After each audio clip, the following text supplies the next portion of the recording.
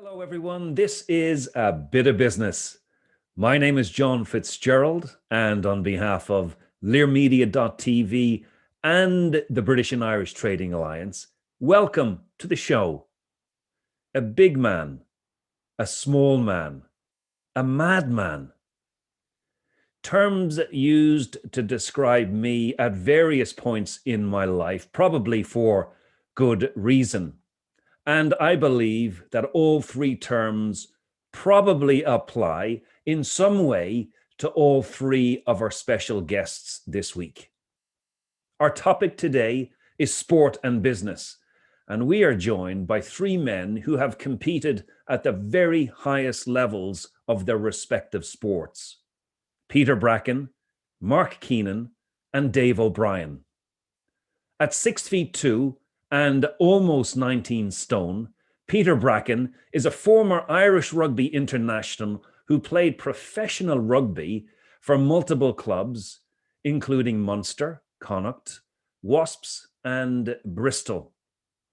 He now works as a professional rugby scrum coach and has won a Six Nations Grand Slam title as scrum coach for the women's Irish team, as well as placing fourth in the World Cup with the same Irish women's team back in 2014. Mark Keenan is currently the coach of the Irish men's basketball team. From the age of 13, he played basketball at club, provincial, and international level in every age group, and always as captain of the team. He finished his career with the most caps in Irish basketball history. He started coaching as soon as he retired and has now won titles at club and National League level in Ireland over the past 10 years. At 5 feet 2 inches tall, Mark is a perennial winner and an exceptional leader. Dave O'Brien is an ultramarathon runner and star of the film Desert Runners. He has run over 500 races, appeared on 2 TV survival shows, and climbed the 7 highest peaks in Ireland in 23 and a half hours, a record that stands to this day. He is the only Irishman ever and the oldest man on the planet at 56 years of age to complete all 4 of the 150-mile desert marathons in the same year while carrying everything on his back to survive. Imagine that. So please do remember to visit the BITA website, bita.ie, and check out news about members and upcoming events, and also hear a little bit more about exciting initiatives, including the Be Plastic Aware initiative, which is all about raising the level of awareness around how much plastic we're using every single day and how we can reduce that over time. That's it, folks. Peter, Mark, and Dave coming up next. Please do stay tuned. Gentlemen, we're now live. This is a bit of business. Welcome to you all. Welcome to you, John. Yeah, thanks for having us, John. It's a pleasure. Thanks, John. Great to be here. Let's kick straight off. And our first question is an easy one. And this is from a BITA member in London, actually. Please ask the panel, how many autographs have you signed in your career? Let's go to you, Peter, first on this one. Probably not as much as the lads. I don't know. I wasn't a Paul O'Connell or a Brian O'Driscoll, or even a John Hayes, like I'd be kind of middle of the road kind of. I did get asked, someone actually knew me on a webinar without introducing myself there last week, which was a nice surprise. So, yeah, I don't know. Yeah, okay. Back in the day, it probably did run into the thousands, I suppose, but that dried up like that. So. Did it? Okay. Dave, what about yourself? Well, I knew you were going to ask this question. So I have my autograph book. I want to see if I can lift it off the floor. There we go. That's me. You know what? It's the same thing as Peter. You don't keep track. There's a lot of us signing baseball hats in the States and babies' arms and stuff like that. And, but you don't It's part and parcel of the thing, you know. Mark, what about yourself? Well, John, you'll remember back in the day when, you know, the kids were always enthralled with the big American players, you know, that were playing in the league, and even the taller Irish guys. So, you know, I'm not a pretty big guy, so I was always way down the end of the line. You know, the kids zoomed straight to the American guys, you know. Well, I think you're being very humble there, Mark, because I remember lots of people keying up to get your autograph. Anyway, look, guys, our topic today is sport and business. And there are a ton of ways that we can go with this conversation. And essentially, I'm looking to understand how we take the lessons learned from elite sports and translate them into the world of work to help business leaders improve their company performance. And there are hundreds of businesses making up our audience today, and they're all competing in their respective markets.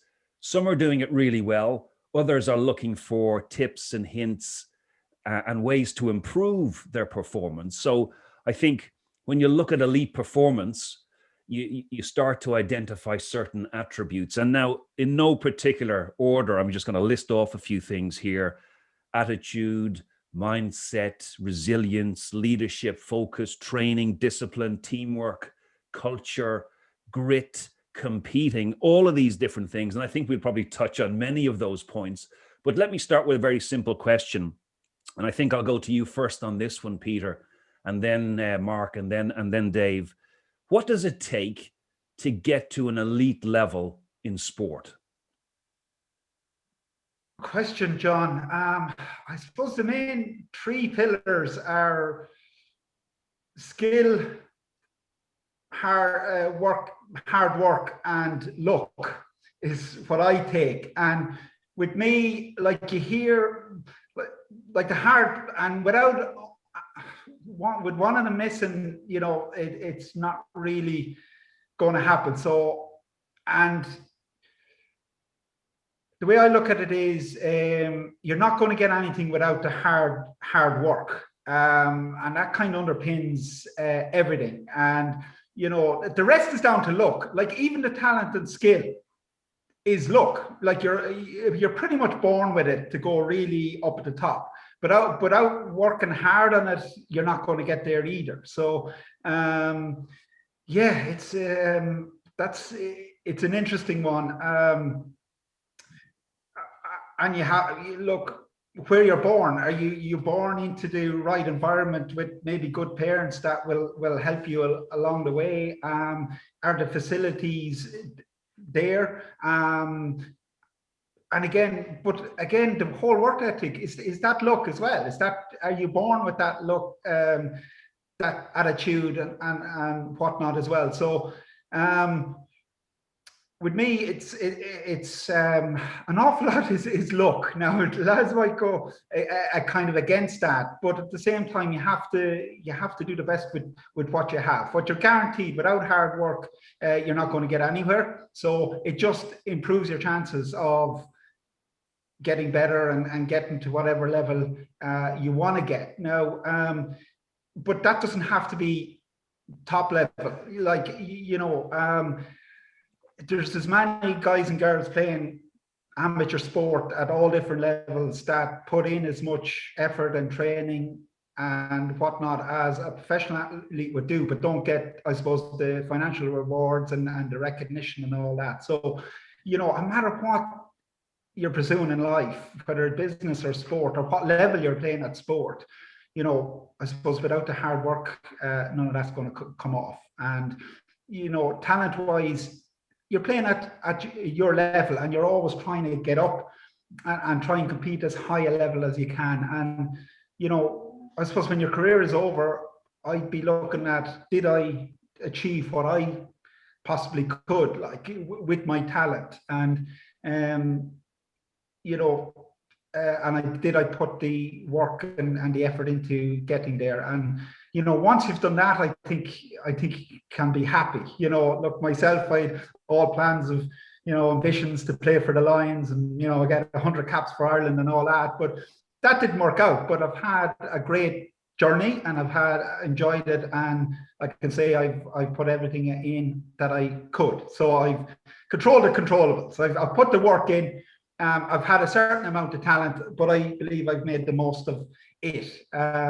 Very good. I'll stop talking now because I want to hear the lads. Yeah, well, Mark, same question for you. What does it take? What do you think, based on your experience, it takes to get to an elite level in sport? Yeah, well, look, I agree with everything Peter, has said there. I suppose I got involved in basketball because I loved the sport. I just grew to love the sport kind of immediately when I started playing, and I was probably very lucky in having a great set of coaches when I started off playing. In Kalash and Parnell Road, and our coach was very dedicated to that group of young lads that he had, and he kind of drove us on, with very high expectations, and we trained every day, but it was outdoor because we didn't have a gym. But I suppose it was the love of the game, the passion for the game, I suppose the acceleration then in kind of learning the game, and the kind of skill set. I was into other sports, played a lot of Gaelic football growing up, and tennis and golf and everything. But kind of, I suppose the basketball came quite naturally as well. So that your coach in the early days definitely pushed us on to higher standards. And as like the work ethic that Peter mentioned there, as I say, we loved going to training every day. We didn't shy away, and we didn't see it as hard work. Obviously, you have to have an element of talent, and you have to have the right mindset.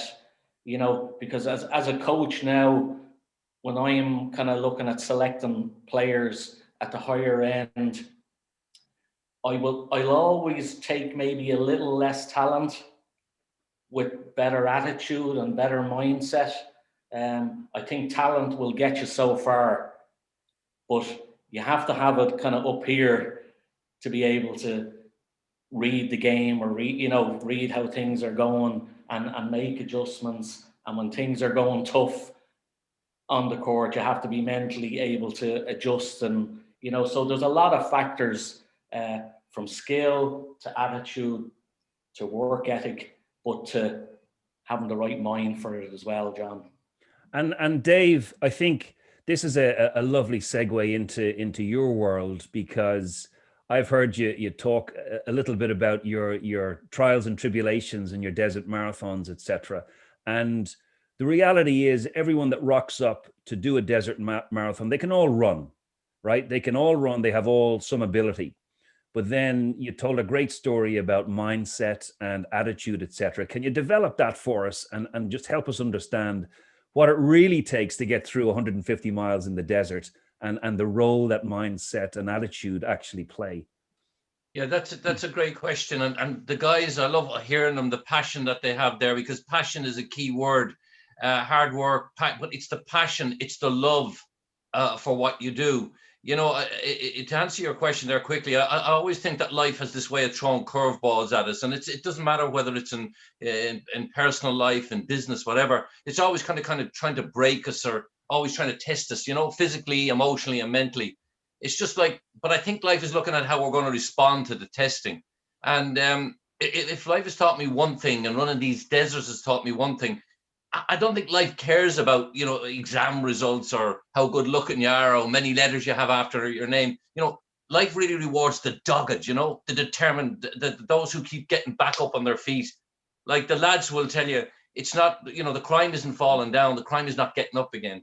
So where does kind of all that stuff come from?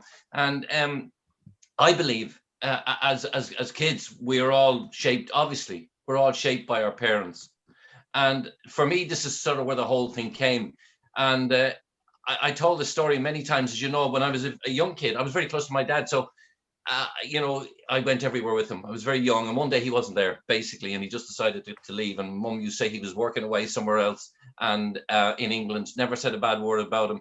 And we were always waiting for him to come back, and he never did. So I became very protective of my mum. And I can remember a time, and this is very relevant to me growing up and in business and in sport. And as you talked about the deserts, where does this all come from? I remember my mum being thrown out of our house. We had a lovely house, and she had a few little belongings. They took them, and she got a house from the corporation. They threw all the furniture in the garden unceremoniously, didn't even help her to bring it in. And there were two burly men, and they drove away. And I remember holding on to my mum and looking up to her eyes. I'll never forget it, guys.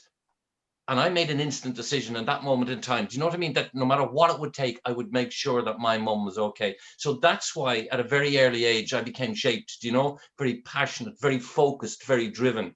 And I think this is what we talk about when we look at the lads there, what they've achieved, what anybody has achieved in life. You know, nobody's going to jump out of bed in the morning and do something they don't want to do, unless you have to, obviously, to pay a mortgage or whatever. You do it for the love of it, for the passion you have for something. So with the mindset that I had when I saw these deserts, you know, I don't dip my toe, by the way. Be it right or wrong, I grasp with both hands and jump in with both feet. It has got me into trouble, by the way, yes, as well as out of trouble. But so what does it take? Well, for me, those 450-kilometer deserts, which only 2 men in the world had done, they were way professional. I'm only an ordinary Joe Soap like anybody else. But the mindset for me was that no matter what it would take, if I had to finish on my hands and knees screaming, which it nearly did, by the way, that's exactly what I was going to do. And you know why? Because I wanted to prove to me that I was good enough. I didn't want to leave anything on the field. I just wanted to go out, and I know it was a very personal thing. That was one of my main drivers. So I had this drive, this passion and focus, laser beam focus, to achieve what I wanted to do out in those deserts. It was not of normal stuff. It wasn't a reward of money. It wasn't a shiny medal. It wasn't to be put on a podium. That was not the issue. The issue was that I needed to be me. I needed to prove to me that I could be as best as I could be out there for my mum, for my family, for other people. And the lads will tell you that's what you do. You do it for obviously yourself, but you do it for others as well. So yeah. Go ahead there, Dave. Yeah. So and it's like the same in business. You know, I often say there were only 4 deserts of 150 miles each. And I choose to do them. But there are people have their desert every day, John. I mean, a real desert. Do you know, I talk about people that would have, I don't know, they would have degenerative disease or anxiety or alcoholism or bereavement. And those people have to get out of bed every morning and put one step in front of the other. Now, that's what inspires me. So it's how do we tackle these deserts in business, in personal life? So much is down to a mindset, is down to a passion, and that is I always believe at a very early age it's instilled into us, or maybe not through our growing up. Does it mean that you have to have that to succeed in life from day one? No, but it helps. It does help, and I guess I'm very interested in taking all of this. So we've got mindset, you've got attitude, you've got the ability to compete, the desire, you know, coming from within to prove something to yourself that you can actually scale that mountain or cross that desert or win that game or whatever it might be. And I'm very interested in how you take all that and translate it into the culture in a team or in an organization. So it's not even a winning culture I'm talking about. It's a high performance culture.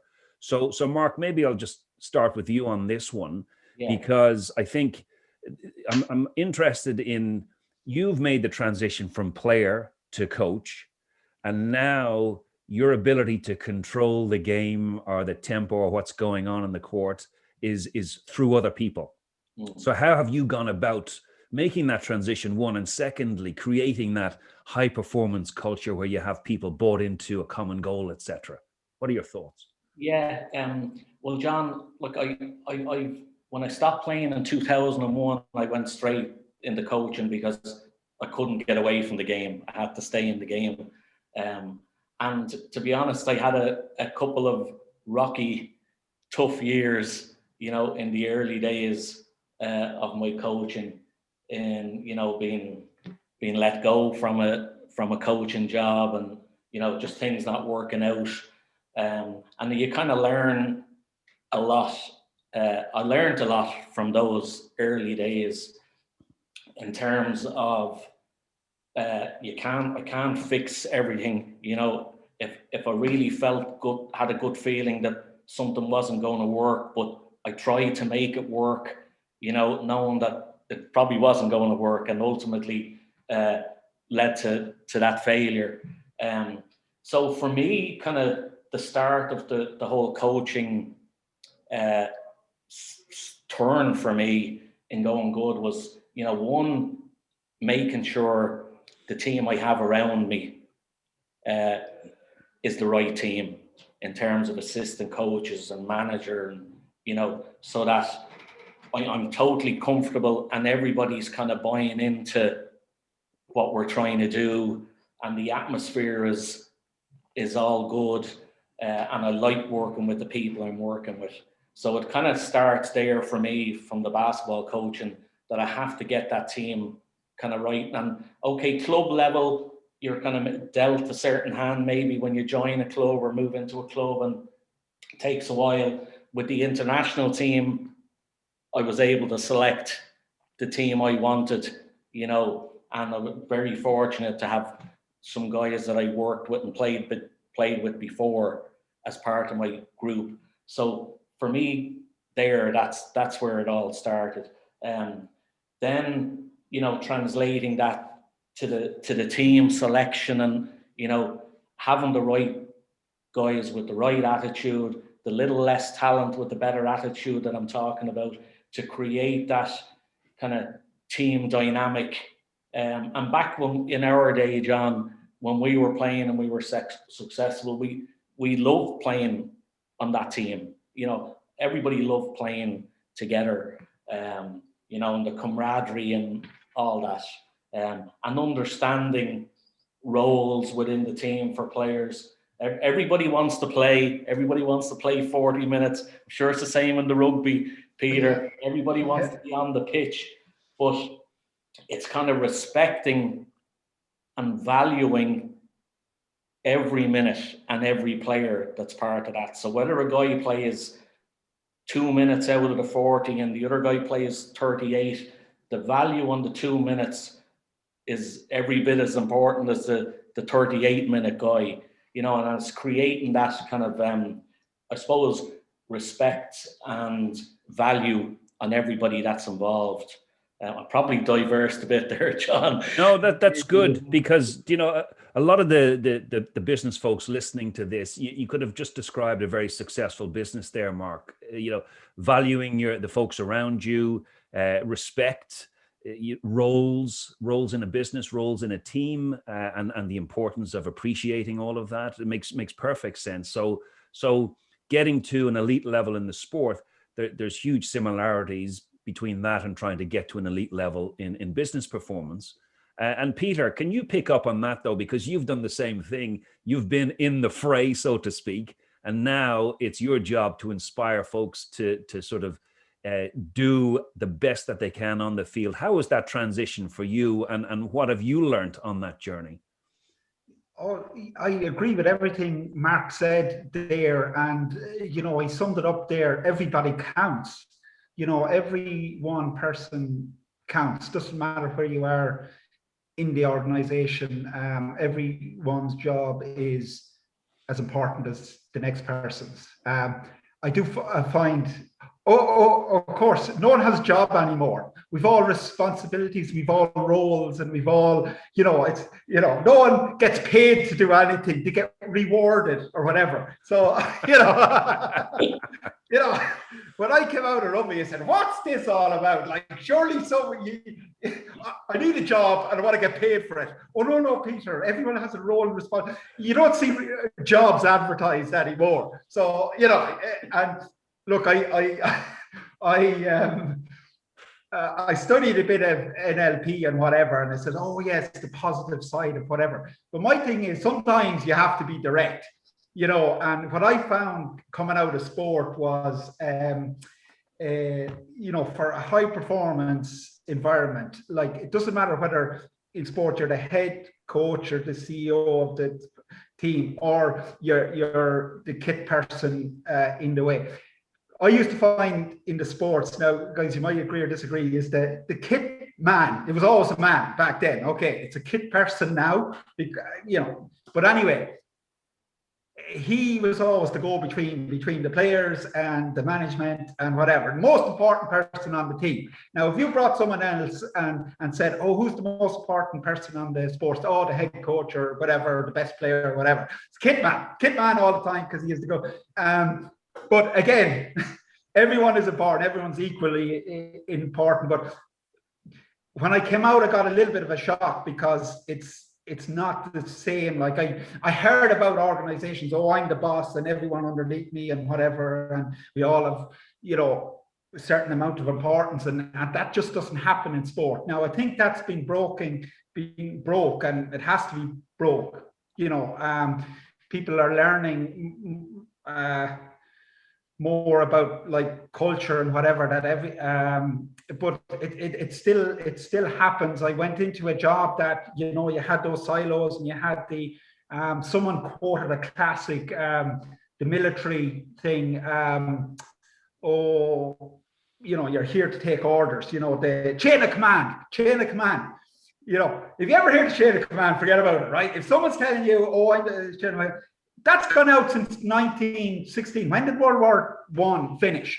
They said chain of command is gone. Military, my RIP, but my I was related to the head of the Irish Army. He said that's gone, like, because lots of good people died in the trenches because they were listening to, at the time, idiots ahead of them, and people were getting killed. Now, not saying that everyone at the top is whatever, but you need to be able to like talk to everyone. Teamwork, obviously, the whole culture. I think inclusivity is very important, and like every person's opinion matters now, and not every idea is going to be a good idea, and that's where I come back to feedback. One of the things I got when I came out of sport was people can't take feedback, like, well, not at a high performing sports level. Now, I think that's what companies should be aiming for. Like, you know, I went into a company, they asked me to give a bit of feedback. I didn't know anything else, so I give them sports feedback and that it. And, you know, I got taken aside and said, oh, Peter, that was a little bit rough. Everyone was a bit upset or whatever. Well, okay, you asked for it, so you give it. So, I just find, you know, that in a high performance environment, you don't have time to be coddling people. Sometimes you don't have time for the feedback sandwich. You don't have time to be, oh, you're brilliant, oh, you're so fantastic at everything, right? You need to sort this out. Oh, and if you do that, you're brilliant. Sometimes you just have to say, look, we need you to get this done now, you know, and, you know, like, we appreciate you and all that, but I just find, I did think when I came out of sport, people were a little bit, in organizations, a little bit soft, getting a little bit upset over kind of direct communication, but that might be just that they're not used to it, and I found people aren't used to it, and people will say that's not the way we do it around here. That's fine, but I find sometimes, like in high level sport, on the pitch, in the heat of the moment, you have to be able to take and give direct instruction instantly, and you can talk about it after, and you can talk about, but sometimes you just need to solve the problem right here and right now. And I think that, Peter, for me, is high performance culture. And I think this is a very, very good point, because what you're talking about there is being in an environment where that direct feedback is willingly accepted, because the environment has been created probably through the leadership or the coach, that this is the way it works here, and this is the way we deliver the best result for the team.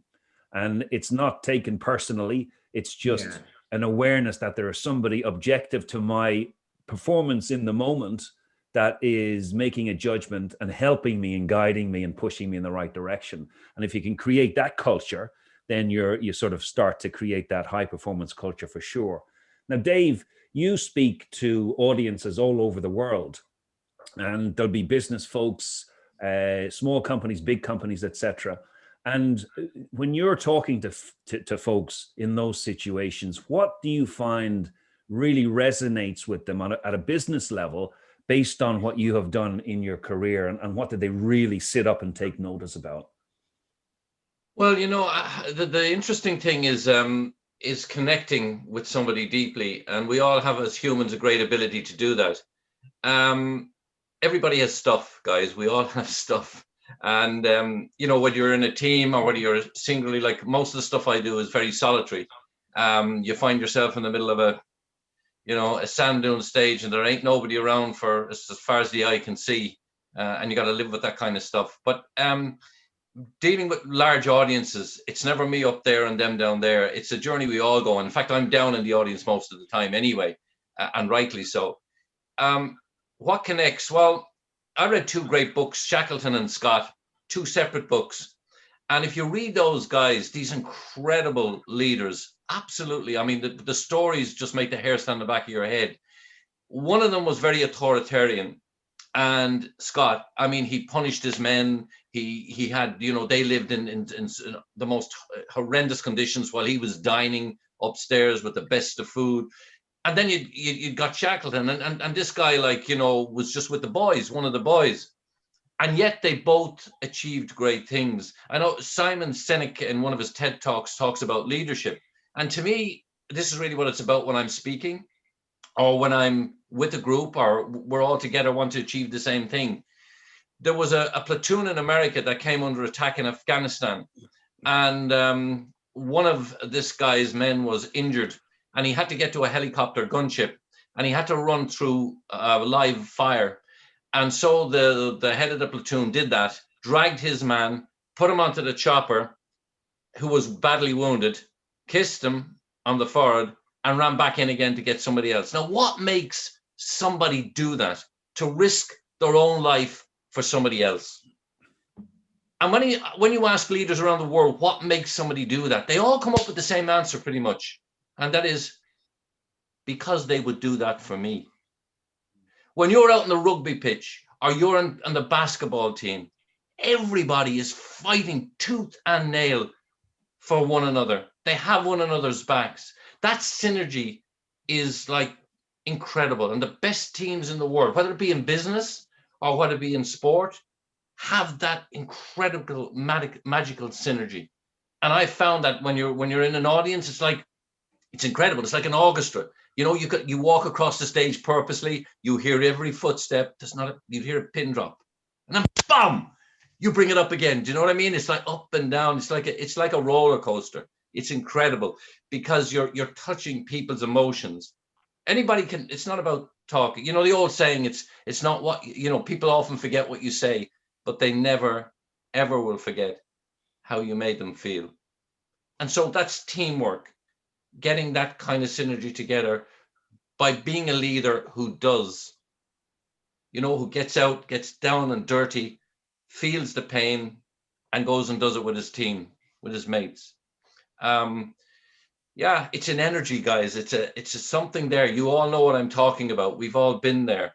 We all feel it. So, it's having that respect and not talking down to, but being in the trenches with your men and women. Being with your people and leading by example. There's no other way. You can talk until the cows come home. If you haven't done it, there's no point. So Mark, Peter, you've both clearly played your sports at a very, very high level, and you've transitioned into successful business careers now. And what have you taken into your business careers that you've taken from the field or you've taken from the court? And how do you apply it on a daily basis? Mark, maybe you first on this one. Yeah, again, kind of teamwork and having the right people involved in the organization, and valuing all positions, because in sales, and probably like in basketball, I wasn't in it for the quick sale. I'm in it for the long haul, and kind of building the trust between your customer, and growing the relationship between your customers, and the same with your players, and being consistent, being reliable and dependable, So in business, for me, in the truck and bus parts end of things, as I say, I have customers that I've dealt with now for years and years, and we have that, we've built up that trust. And I suppose a big thing in the business end, I believe in what I'm trying to sell. I believe the products that I'm supporting, the brands that I'm supporting, and when it comes to my team, we all have our backs, as Dave was saying there. I think everybody having each other's back, being there for each other. So if something goes wrong in the first line, somebody's there in the second line to pick it up.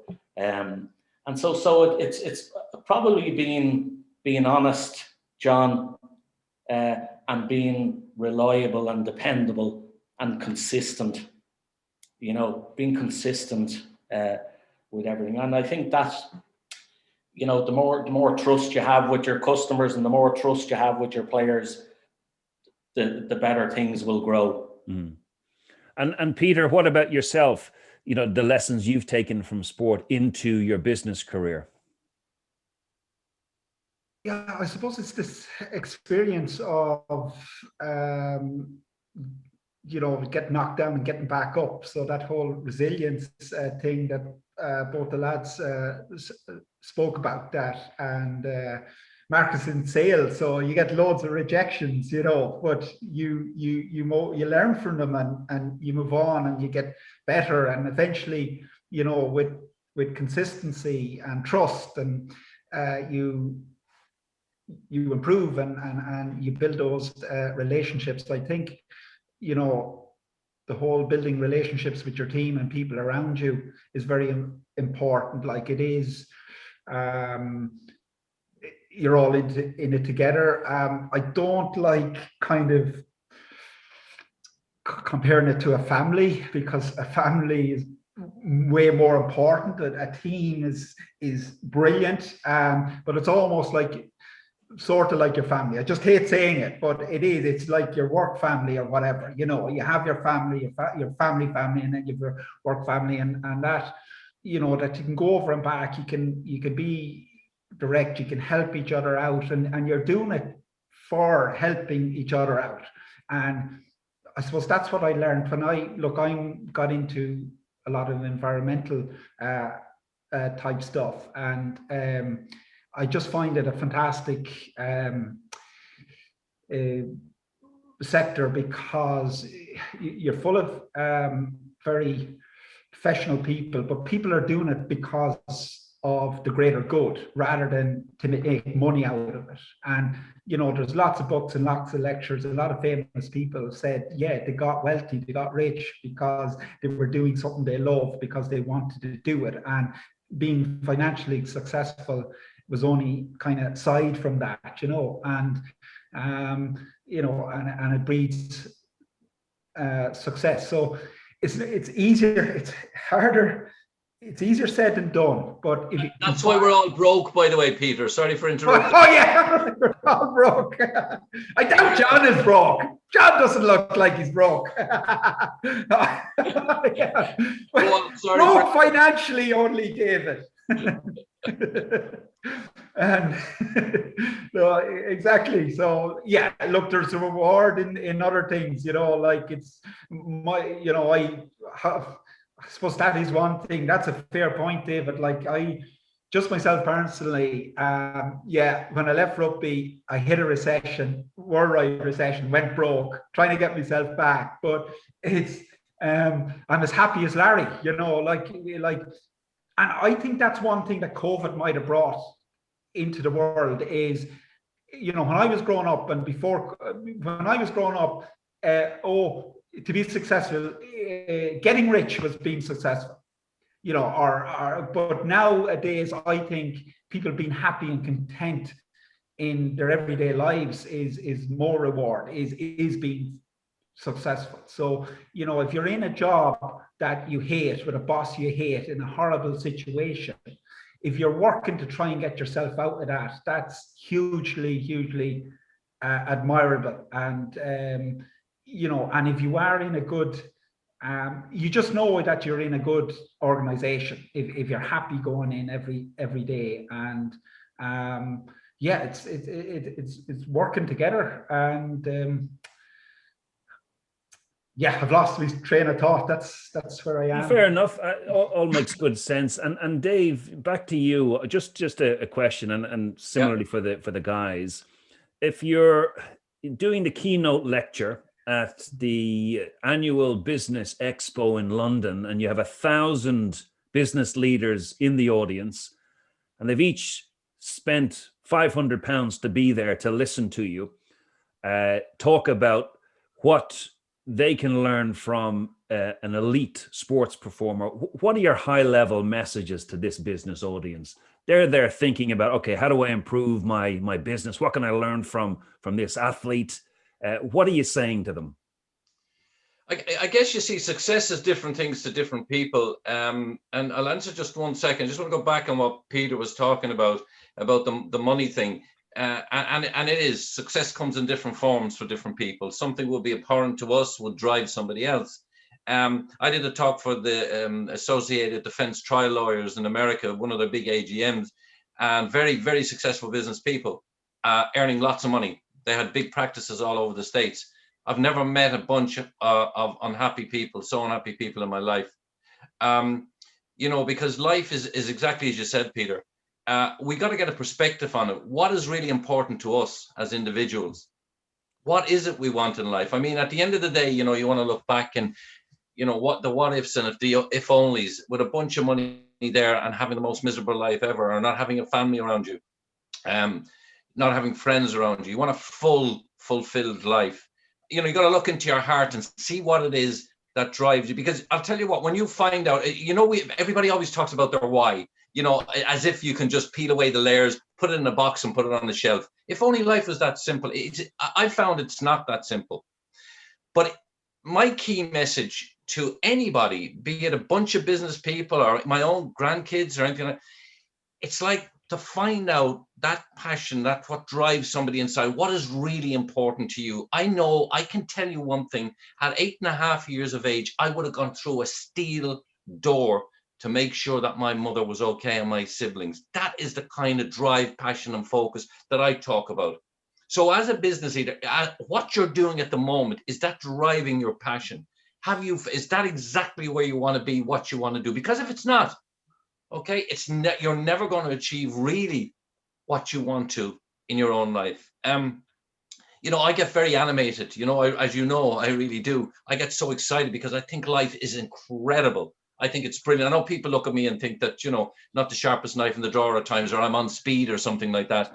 But it's not. It's because it's out there for the taking if you find that thing inside you, that drive, that passion. And when you do, all the other things follow. You know what I mean? The focus, they all will follow suit.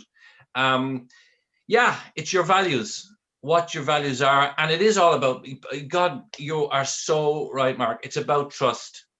Yeah. If you haven't got trust, you have nothing. It's about building that rapport. It's not about selling. It's about building a rapport with another human being and having you're so right. Guys, you've said it all, having that consistency and do what you say you're going to bloody well do. I mean, that sounds like, these things sound so obvious, but you wouldn't believe how much it's lacking out there. I mean, we can all tell, I'm sure if I asked you all now to give us a story about, you know, somebody not, you know, adhering to what they were going to do, we would all get it from I don't know, from all businesses out there. You would imagine people will be craving for business, but some of the stories are incredible. People just not doing what they say they're going to do. Be consistent, be honest. Yeah. There's a lot of common sense there, Dave, but the reality I call is it rare sense, because few of us have it. That common. Including myself. Common rare sense. I'm going to steal that right now, David. Rare sense. Brilliant. That'll be 25 euros, please, Peter. All right. And don't use it too often, because you'll wear it out, okay? Well, I think the rule is, as soon as Peter uses it once, it's his then, I think. And he came up with it. Hold on a minute. Am I right in saying this? If you copy from somebody, it's plagiarism. If you copy from many, it's research. There you go. Right. You have me though. We're recorded now, so I'm going to have to pay John off to. Hey, hang on a second, Peter. I know where you live. I know who you are. I will find you, and when I do. Peter's a big man, Dave. Just to let you know. I'm a runner. Yeah, I know. I certainly won't be able to catch you, Dave. I'm not even going to try. Thank God for that. Well, let's go to Mark on this one, and let's just shift the question a little bit. This time it's an audience of kids, and you're each doing a pitch to the kids. They're I don't know, 8, 9, 10-year-old boys and girls, and you're giving a pitch for basketball, for rugby, and for running, and why they should get involved in it. What would you say, Mark? I'd say it's an indoor sport. It's lovely and warm inside. I just say it is, for me, it's been a great team sport. It's allowed me to travel the world, like you, John, head to America and play. It's a kind of smaller, dynamic team than maybe GAA or rugby, and where you're part of a 30-man team. It's a kind of smaller, 12, 15-man or girl team, and it's a much more kind of, I suppose, a tighter knit group. But I just say it's it's a fabulous sport that can take you to wherever you want to go to. It's very hard, John, to play that pitch, for all levels, all sizes. I'm a small guy, and I know a lot of times people will say, you're too small, you'll never be able to go that far in basketball, but it never stopped me, and don't let anybody ever say to you, or that, something's going to hinder you if you have the drive and you have the ability to go on and be play at that, high level. I just think it's a fantastic sport, John. Just picking up on that, and maybe generalizing a little bit, rather than picking running or rugby guys, just to, for that audience, for kids, why would they get involved in sport, period? And maybe, Peter, take a crack at that one. And it doesn't have to be rugby, but just what you see as the benefits for kids to get involved at an early age, and then maybe stick with it. John, we must have a connection here, because I was all, without asking, I was going to basically say that, like, as in, I was going to pitch my rugby, but I was going to pitch the sport in general.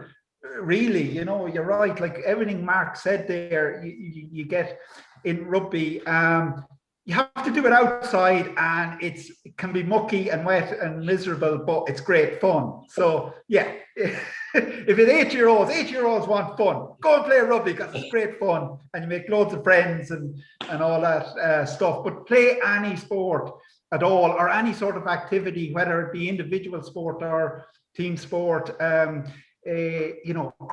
activities like, art or whatever. Find a passion, and if that's sport, it's brilliant, because you get the whole physical side of things, and you get to meet loads and loads of friends and new friends, and have fun and try different sports. Like I think that was one thing I was lucky. I was lucky to have parents in an environment that not pushed me, but encouraged me to try all different sports when I was growing up. And you naturally progress to the one that you're, probably best at because you enjoy it the most. So the one you enjoy the most is generally the one you pursue. But you get great skill sets like from each and every other sport. Like I don't think I'd have been as good a rugby player unless I played hurling, football, soccer, boxing, all those growing up. So 8-year-olds, sport is brilliant because you make loads and loads of friends. Go out and do it. Give it a try. That. Dave, would you echo that? 100%. I mean, we're talking to 8-year-olds, remember, okay? And you're dead right. It's fun. Come on, at 8 years, you've got an unscrambled brain. It's wonderful. It's brilliant. They don't, we lose so much as human beings as we get older, but that's the right time. Exactly. It's fun. You make friends. It's the whole excitement of all that. And yes, the two guys have just said exactly the same thing. That's what it is. And that's how I would definitely talk about it to them and be animated about it. And, they get that energy. They love it. Yeah, for sure. And Dave, just one other question. If you're looking at what you've achieved so far in your career, do you have goals that you're still striving for and things that you still want to achieve in your sport in the future? There's always something. I've got to be careful. My wife is downstairs. So because I remember announcing, I was in a big conference in Long Beach, California, and I announced to the audience that I was going to go and do this crazy stuff. That was fine, except my wife was in the audience and I hadn't told her. I think she said something like, don't let the door hit you on the way out backstage. But anyway, but think about, actually, can I just say this? Is there anything I want to do? One thing I will mention, I bet you the guys will relate to this, and it could be in business also, by the way. My three boys, all over 6 foot, they were saying, yeah, when they heard about the Irish Superman, come on, Dad, the macho thing. But the ladies of the family, my mum, Lord rest her, my wife, my daughter, were horrified. And it was that and I'm sure you felt the same as well, guys, they weren't worried that I get sick or injured in these deserts. They were worried if I got sick or injured, I wouldn't stop. And that, by the way, is not macho. To all the men out there, as I always say, that's selfishness and stupidity, but we all do it. There is an element of selfishness, come on, isn't there, guys, in this, because we are making sacrifices and we do take chances. And so, yeah, I digress just a little bit there, but just to tell that story. But there are things out there. And I've got to be careful because I haven't announced anything to anyone yet. But there's always something that I'm going to be at. So I can't say much at the moment, but yeah. And I'll be doing a bit of writing. I've been asked to, I just books. I mean, who's going to read a bloody book? Everybody's writing a book at the drop of a hat. Do you know what I mean? And I don't want to write it, but aren't I right, lads? Do you know, I mean, I don't want to be just opening words on paper. You want a page turner. How do you put in your life experiences with that drive and that passion onto a sheet? Now, obviously, it's been done. It's been done many, many times so successfully. But I've said, oh, sure, look, who's going to be bothered reading this stuff? So I've never really done it, but I've been put under pressure to have a go off that. So that'll be something on the bucket list, a book to get out there.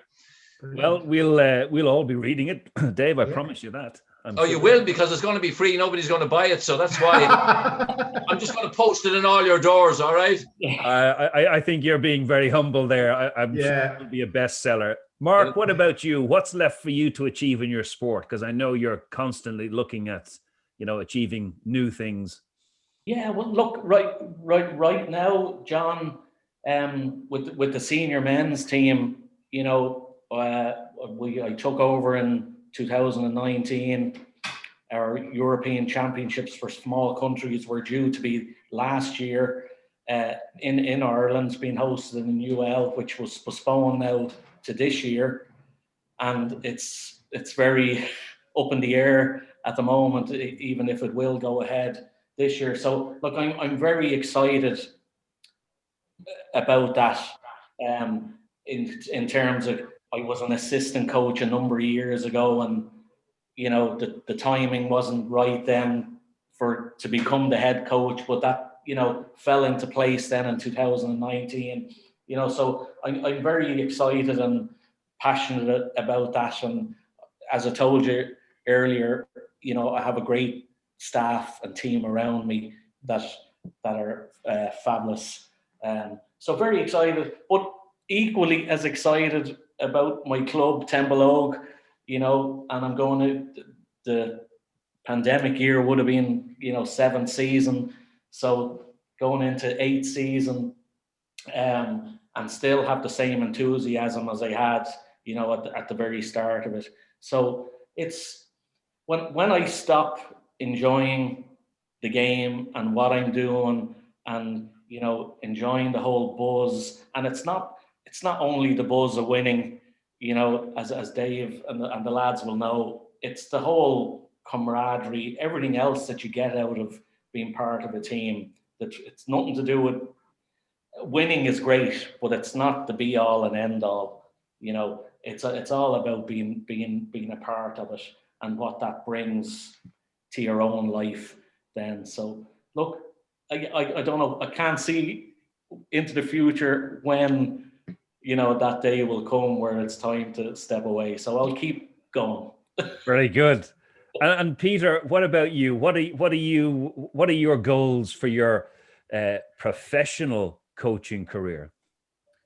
Yeah, it's kind of taken a little bit of a back seat at the moment, John. You know, I set up the Scrum Doctor a couple of years ago. So the Scrum Doctor, just specifically doing scrums, and I really enjoy that. Look, nothing's happened over COVID, but it's become probably even better in a way. It's a hobby. It's a hobby business, which means I'm only really now it's become really my passion. I'm only doing it because I love doing it, which is fantastic. And you know, I do local clubs here and willing to go anywhere to talk scrummaging and rugby to people. But what I have done, I'm doing is bringing everything I've learned in sport into a new life for me. You know, I've really got into and emerging sport and the environment and climate change, because sport is has huge power for change and for engaging people. And we've the biggest fight in humanity ever in the next 8 to 10 years. And if we don't get it sorted, well, we can forget about everything in a couple of generations. So yeah, I'm working on a project where I'll be investigating how sport is beating climate change in a practical way. And it's been done already. We just need to scale it. So, you know, between sport and farming, we can solve this whole climate emergency. And you know, it hasn't been done before. So yeah, like sport has huge power. It's power to create brilliant people and brilliant organizations. And you know, it'll be a big factor in changing a huge climate emergency. And that's where I'm putting my efforts into in the next couple of years. And I do know a little bit more about that, Peter, and you've promised to come back on the show to tell us all about it in a bit more detail once it's fully fleshed out. So a bit like Dave, you're not going to reveal too much just yet. Not at the moment. Not at the moment. I'm in pre-season, John. I'm in pre-season. Yeah. You know, I'm doing the work that you can't see, you know, for the game day, you know, so pre-season. Absolutely. But we will have you back on the show to talk about that, Peter. So I'm looking forward to that. But look, guys, I'm conscious of our time, and I just wanted to finish with one very simple question to get a career highlight from each of you, just to give people a flavor. Now, it could be a great victory. It could be a great defeat. I don't really know, but something that has stuck in your mind as, wow, that was just a fabulous moment for me personally or for the team, etc. So Dave, maybe you first on that one. I know. Okay. A lot of people think it's when in Antarctica. I'd already done 3 deserts at 45 degrees plus, and I had to go to minus 30 on the last one. I know, Peter. I began to understand as I was doing those 4 deserts in 36 weeks why only 2 men on the planet had done it, but no backing out of that stage. So people think it's going to be, you know, that kind of scenario. But no, there was one incident in the, it was in the Sahara Desert, and I'll never forget it. I got bad water, and 2 tents got bad water, and it took a lot of guys out. My immune system is very strong, thank God. I talk about that all over the world, immunity, and building ourselves up for that. And I survived it just about. But I remember coming to a checkpoint, and my everything was seizing up, and my eyesight was going. I know it sounds very dramatic, but it's true. And all of a sudden, I felt this thud right on my back, boom. And this young guy had grabbed my backpack, and because I was falling down, hadn't realized it. We got to a checkpoint. Doctors came over. My heartbeat was racing. They did nothing. They just let me sit there and make sure I was all right. And I remember, I think I asked somebody for my jacket out of the car. So I was a bit delirious and all that stuff was going on. The chances of surviving that were very slim. And I remember anyway, they just left me there, and they made a movie, as you know about it. And you see me in a movie, I'm there, and I keep saying again and again, I'm not going to let this beat me. I just kept repeating it. And I was coming and going. I just wouldn't give in. My heart rate went down. They gave me I have my own nutrition. They put it up to my lips. I took some. Long story short, after about an hour and a half, I did recover. You have a certain amount of time to do these things. And I remember the doctor coming over and looking at me and saying, they had a camcorder for legal reasons. And she said, you seem to have recovered. She said, it was dark outside. I was going on to the next stage. And she said, you're on your own. There was a guy in with me, the guy that had helped me. He was coming along with me. And I said, it's okay, I'm going out with him. She said, he's not a doctor. Do you realize that if you go out there and something happens, there's nothing I can do for you? And I looked at her back at her and I said, well, that really inspires me. I said, thank you very much. And she didn't even smile. And I turned away and I said to my friend, let's go. We had our backpacks, and I went out, and I remember it was a starry night, a beautiful starry night. And I've never been as scared in my life, because I knew she was right. If anything happened to me out there, he couldn't help me. And there was no help to be got. And yet I put one foot after the next, and I got stronger and stronger and stronger. And with 2 days to go, I passed 33 runners. And that to me means a lot personally. Okay, so that to me, I must say, I know it's a very personal little story in there, but that was a highlight for me. Wow. Peter, what about you? Career highlight? You're setting me up here, John. How do you follow that? You don't. I won a couple of rugby matches. It was great. Come on, the time you were with the Lions team, and we were, it was in injury time, and you just ran the whole length of the pitch and you just touched down. Do you remember that? That was the try, but no one else seems to remember that. People are saying that's just in my head. I don't know. I think it was real. I think you were wearing a green jersey at the time. Yeah. Absolutely. Look, I suppose two would be, look, I won the European Cup in 2007 with Wasps, and that was my highlight. And it was just fantastic. I was in a brilliant team of players, and I worked hard to get there, and it was fantastic. The other highlight is I won a Leinster Youths under 14s Towns Cup, and we played in the old Lansdowne Road. And I had been to games with my father. Like I was going to international games since I was 6, 7, 8 years of age. Turnstile, like literally 8 years of age, and. Peter, go on there into the schoolboy stand on your own, like thousands of people. I'm over the far side of the stadium with the lads drinking pints of Guinness, see after the game. And we all survived, So, we're in this. Wouldn't happen nowadays. But anyway, he'd have been locked up and whatever. But we all survived. And anyway, great. But I ended up playing there at under 14s against Wicklow, and we went on and won it.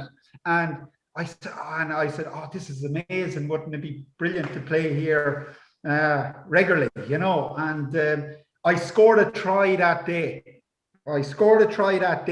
But the referee didn't see it, and he didn't give it. And of course, there's no VAR or any of that fancy stuff. But to this day, the line was there. The ball hit the line. Once it hits the line, it's the try line. Anyway, do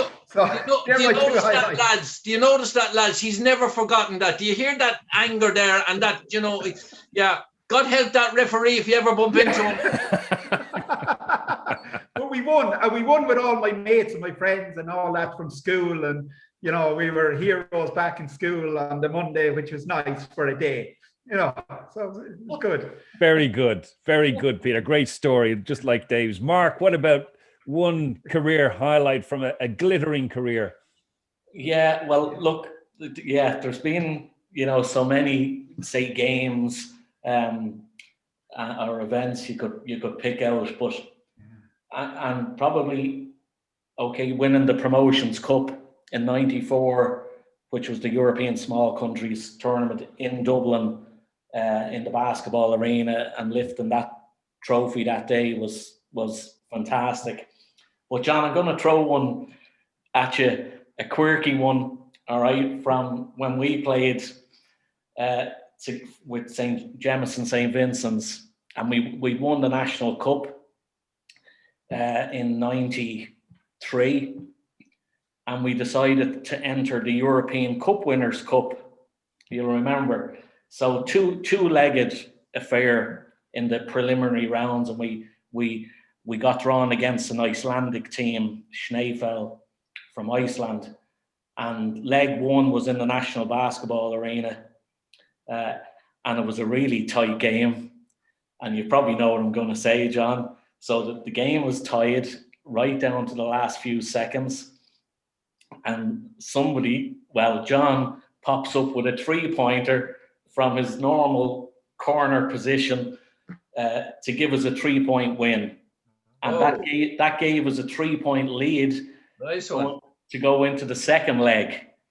So off to Iceland the following week, and we arrive in Reykjavik, and there's an old transit van there to pick us up, and we've a 3-hour journey into the mountains to Schneefell, and it was a fantastic trip. It was an amazing kind of team bonding trip. Anyway, the game, it's a kind of weird game because very tight game. Remember, we're 3 points up from the first leg, and we're 7 or 8 points down with a minute and a half to go, which means we're up 5 down, if you know what I mean, with being 3 up. And somehow we managed to pull it out. And we ended up losing the game on the night by 2 points, but we had a 3-point aggregate lead from the first game. So from losing a game to be jumping around for joy to having gotten through to the second round, it was and we had an unbelievable night then in Schneefell after that. It was an amazing kind of team weekend. So quirky, but you know, unforgettable trip. Wonderful. So, yeah. Very good. Well, that's one from the memory vaults, Mark. All right, dusting that off. Excellent. I remember it well. Yeah. But look, guys, we could go on for ages here. And what I'm taking from this, there's themes emerging as we touched on at the start. You know, elite sport, elite business. There's things like mindset. There's things like a high performance culture, the grit, the ability to compete, resilience. All of these wonderful themes that you see in sport apply equally to the world of business. So lots of good takeaways. So gentlemen, I'm going to close it there, and I'm going to say thank you all very, very much for joining us. This has been a Bit of Business, folks. My name is John Fitzgerald.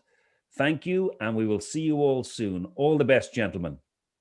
All the best, John. See you, Mark. See you, Peter.